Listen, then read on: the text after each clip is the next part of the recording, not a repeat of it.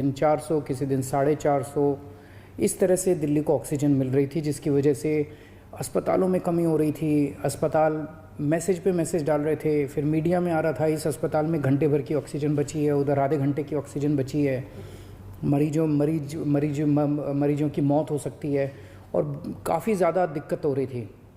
लेकिन कल पहली बार दिल्ली को 730 टन ऑक्सीजन केंद्र सरकार ने भेजी है। जैसा मैंने बताया, दिल्ली को 700 टन ऑक्सीजन की ज़रूरत है। कल पहली बार केंद्र सरकार ने 730 टन ऑक्सीजन भेजी है। हम तहे दिल से दिल्ली की जनता की तरफ से, उनका मुख्यमंत्री होने के नाते, मैं केंद्र सरकार का बहुत बहुत शुक्रिया अदा करता हूँ। मैं दिल्ली हाई कोर्ट का बहुत बहुत शुक्रिया अदा करता हूँ। मैं दिल्ली सुप्रीम कोर्ट का बहुत बहुत शुक्रिया अदा करता हूँ। केंद्र सरकार का बहुत बहुत शुक्रिया अदा करता हूँ। इन सब के प्रयासों से हम लोगों को कल 730 टन ऑक्सीजन मिली। हम तहे दिल से शुक्रगुजार हैं। बहुत सारी जानें बचेंगी इसकी वजह से, इस एक कदम की वजह से। लेकिन एक दिन 700 टन ऑक्सीजन आने से काम नहीं चलेगा। जब तक ये कोरोना की सेकंड वेव कम नहीं हो जाती, हमें डेली 700 टन ऑक्सीजन की ज़रूरत है। ऐसा ना हो कि कल 700 टन आई और आज फिर से 400-300 टन आ जाए, फिर से सारे अस्पतालों के अंदर हाहाकार मच जाएगा। मेरी सबसे हाथ जोड़ के विनती है, अपील है, प्रार्थना है कि ये 700 टन ऑक्सीजन अब कम मत होने दीजिएगा।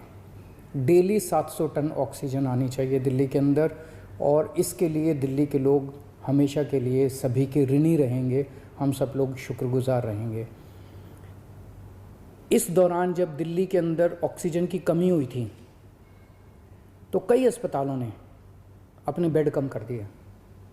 एक बहुत बड़ा अस्पताल है जिसमें 300 बेड हैं, उसने 100 बेड कम कर दिए। ऐसे समय में जब कोरोना की महामारी चल रही है, लोगों को बेड नहीं मिल रहे, हमारा प्रयास तो ये होना चाहिए कि हम ऑक्सीजन के बेड्स की, आईसीयू के बेड्स की संख्या को और बढ़ाएं। लेकिन अगर ऐसे समय में बड़े बड़े अस्पताल अपने बेड कम कर देंगे, तो फिर तो लोगों के अंदर त्राही त्राही मच जाएगी।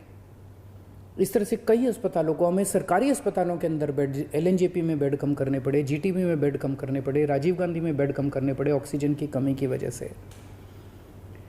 अब एक तो मेरी सभी अस्पतालों से निवेदन है कि वो अपने बेड वापस जितने पहले थे उतने बढ़ा लें। मैं उम्मीद करता हूं कि अब रोज़ 700 टन ऑक्सीजन आया करेगी, तो जिसके बेड थे हॉस्पिटल्स के, वो सब बेड्स अपने उतने ही बढ़ा लें। दूसरी बात, कई अस्पताल वालों से मेरी मुलाकात हुई इन दिनों में। सभी अस्पताल, दिल्ली के सभी लोग इस वक्त एकजुट होकर, एक परिवार की तरह मिलके इस मुसीबत का सामना कर रहे हैं। कई अस्पताल वालों ने मुझे कहा कि अगर आप हमें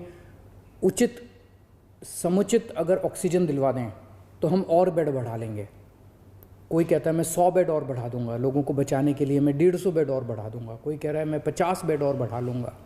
इस तरह से कम 1000, 1500, 2000 बेड हम अपने मौजूदा अस्पतालों में और बढ़ा सकते हैं, एग्जिस्टिंग कैपेसिटी से भी और बढ़ा सकते हैं।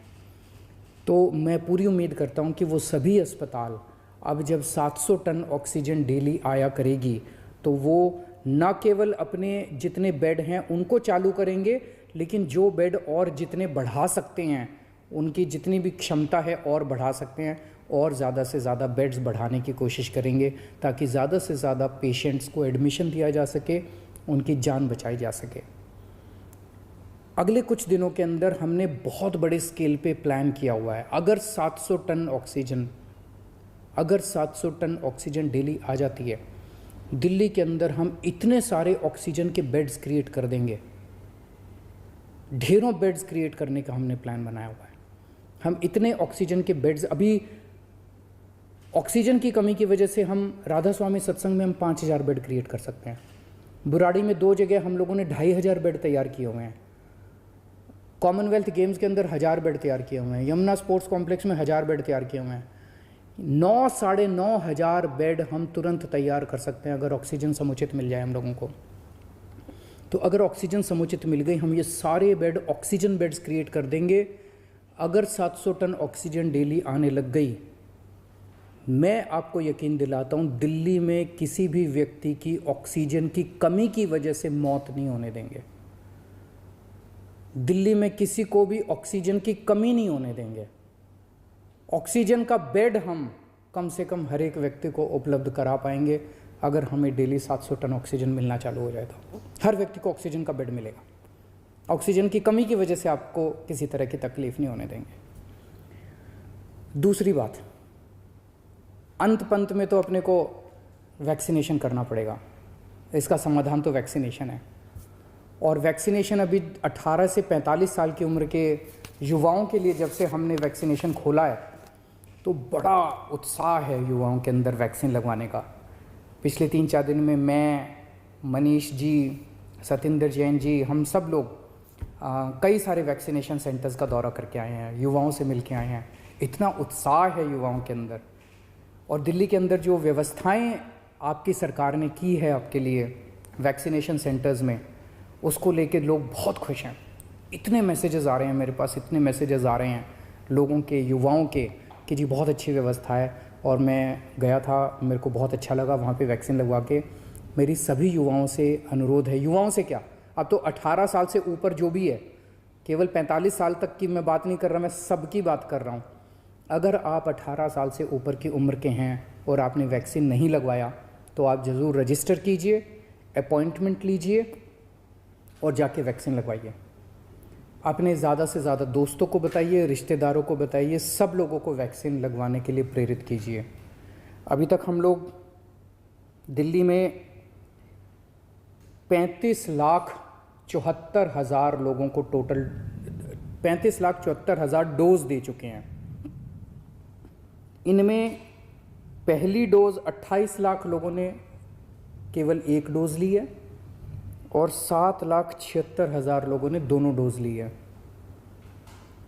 और पिछले 3 दिन से 18 से 45 साल की उम्र के लिए, युवाओं के लिए ये खुला है।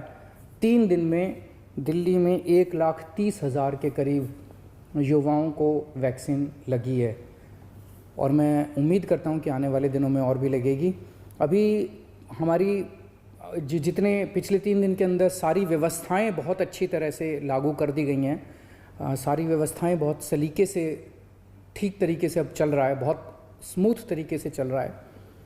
एक ही कमी है, आज हम चाहें तो इस वैक्सीन को कई गुना बढ़ा सकते हैं, वैक्सीनेशन को कई गुना बढ़ा सकते हैं, लेकिन अभी वैक्सीन की कमी, सप्लाई की कमी हो रही है। अगर हमें समुचित सप्लाई मिल जाए तो जैसा मैंने आपको प्रॉमिस किया था कि 3 महीने के अंदर हम पूरी दिल्ली को वैक्सीन कर देंगे, तो अभी सप्लाई का हम इंतज़ार कर रहे हैं। अगर सप्लाई हमारे पास सफिशेंट आ जाएगी, जितनी जल्दी सप्लाईज आ जाएंगी, हम इसको बहुत सारे सेंटर खोल देंगे। सेंटर खोलने में कोई दिक्कत नहीं है, तो उसकी कोई चिंता नहीं है। और मैं उम्मीद करता हूँ कि आने वाले समय में सभी सरकारें काम कर रही है। ये एक इतनी बड़ी महामारी है जिसको कोई भी अकेले इस पे पार नहीं पा सकता। मैं उम्मीद करता हूं कि आने वाले दिनों में हम इसी तरह से सब लोग मिलके काम करेंगे, सारी सरकारें मिलके काम करेंगी।